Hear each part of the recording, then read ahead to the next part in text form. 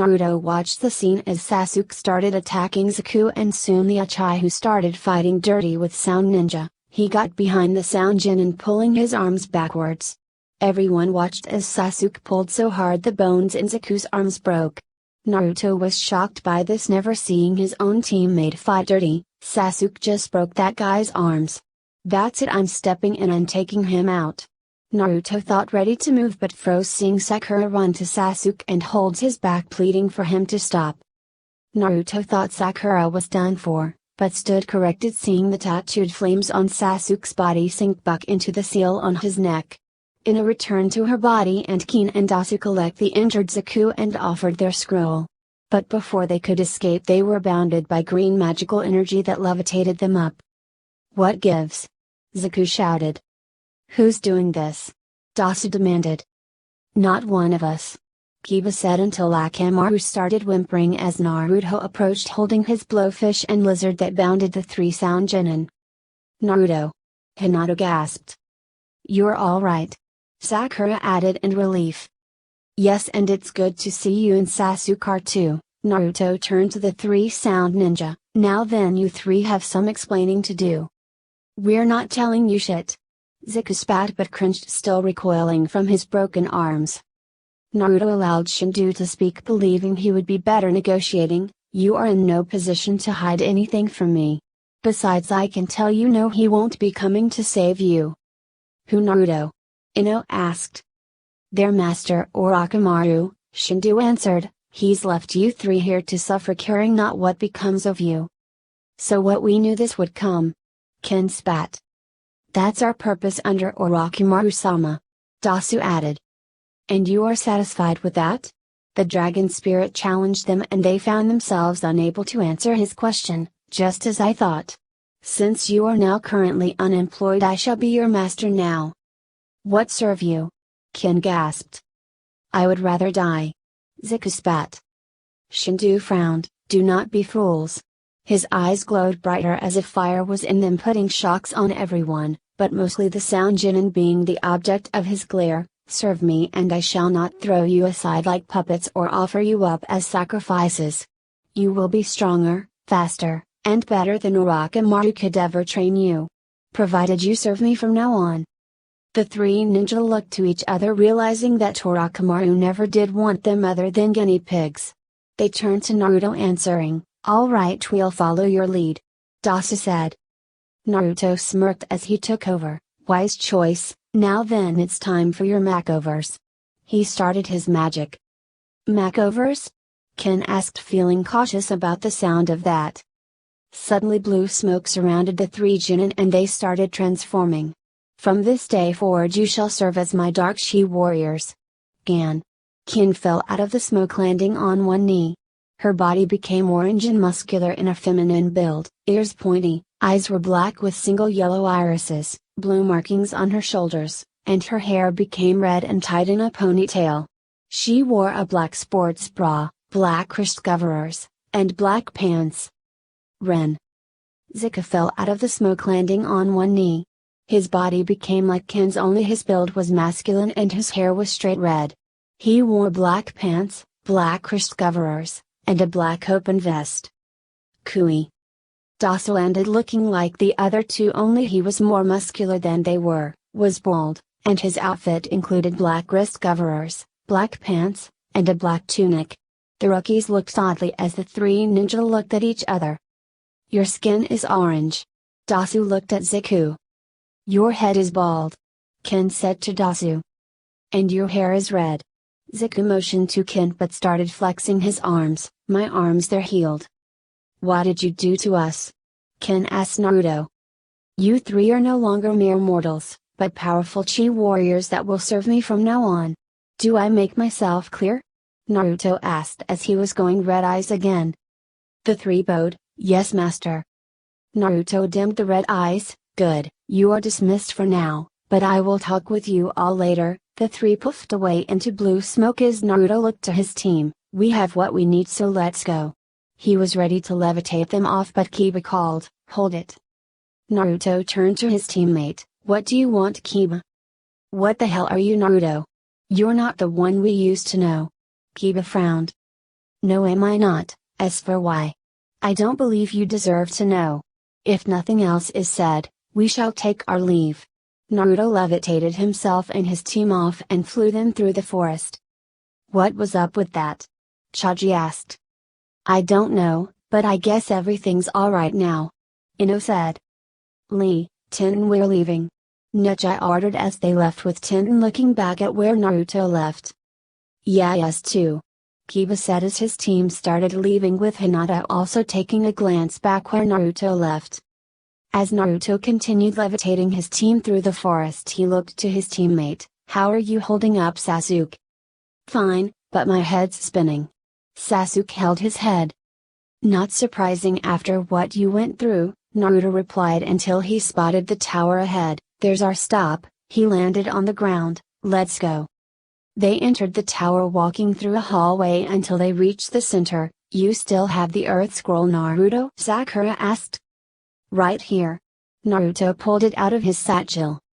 Sasuke pulled out the Heaven Scroll and they opened both before dropping them on the ground, and in a puff of smoke there stood Ruka Amino, their academy instructor. Hey guys, glad to see you made it. Ruka-sensei? Naruto asked. Where do you come from? Sakura asked. Those scrolls you were assigned to obtain was actually a summoning scroll. When you obtained both and opened them together, you were able to summon me here. Ruka explains, and I'm here to congratulate you for passing the second part of the Chunin exams. Well, thank you. Naruto answered.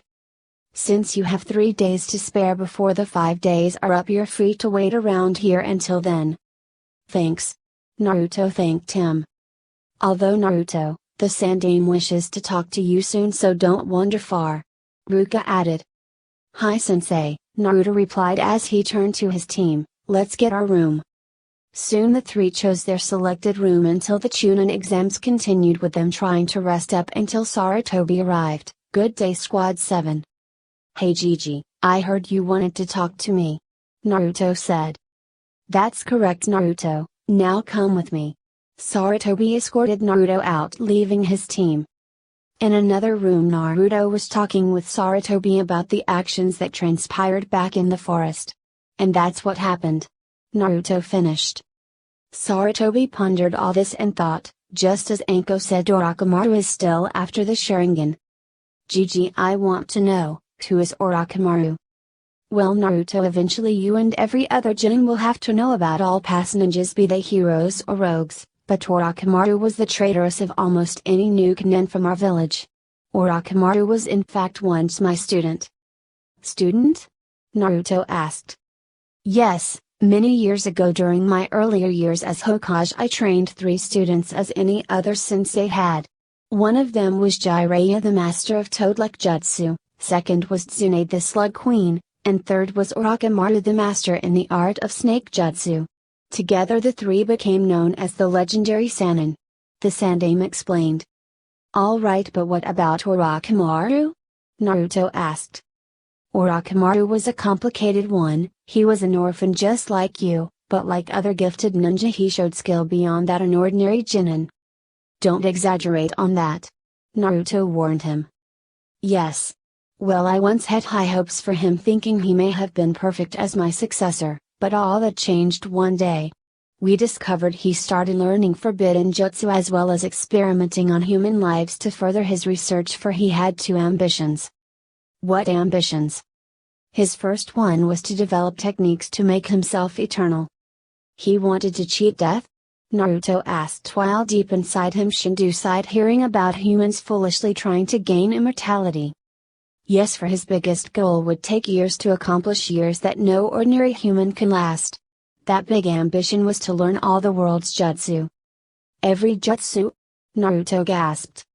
Yes, he felt by mastering all jutsu he would become the ultimate ninja. Shindu thought, foolish human. After discovering this horrifying secret, he defected from Konoha, and we've been trying to find him ever since. Well, he found my squad and slapped a mark on Sasuke. Yes, just as I feared. That mark was originally placed on Anko, who Orochimaru had hoped it would make her worthy enough, but it didn't, so he abandoned her. But now he's put it on Sasuke because he has the one thing that could help him fulfill his ambition. His Sharingan? Naruto asked. Precisely. Anything else Anko-sensei found out? Naruto asked. None more, I'm afraid. Sarutobi sighed, hoping for a better lead. Well then, maybe I have a clue, Naruto said as he held out his hand with it glowing with chi magic, Gan, Ren, Kui. His 3 dark chi warriors appeared. Whoa, I don't think I'll ever get used to that. Zaku said, shaking up. Naruto, what in the name of?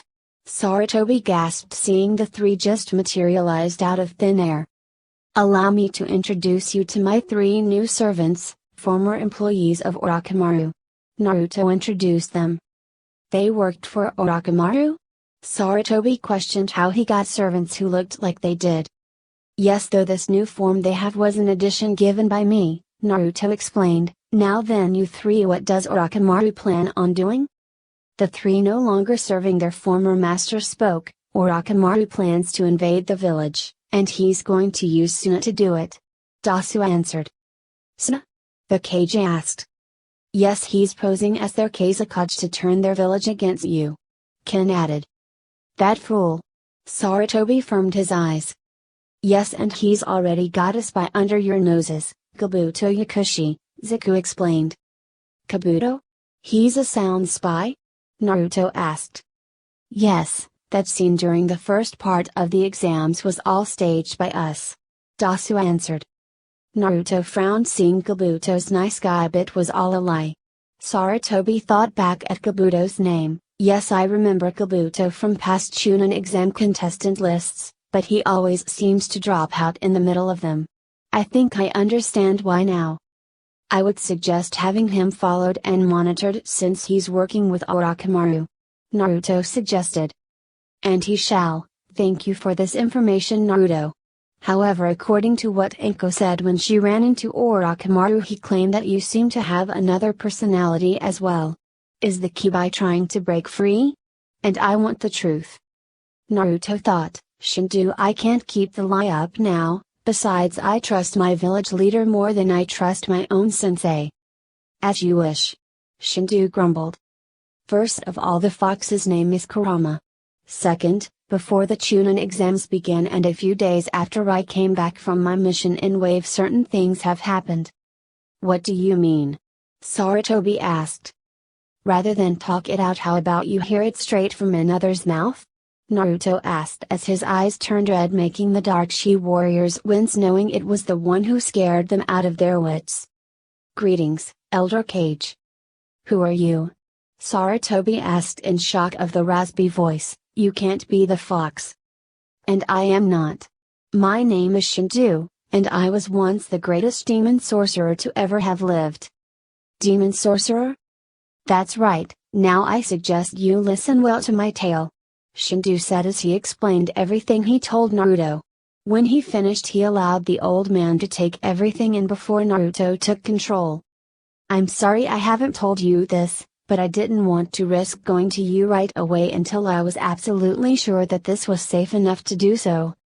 Well, Naruto, I do feel disappointed you didn't tell me something as important as this beforehand.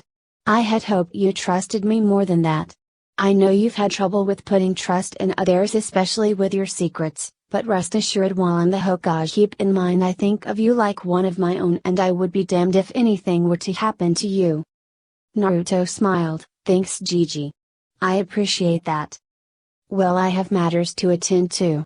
You just rest and wait until the Chunin exams are ready to continue. Sarutobi ordered.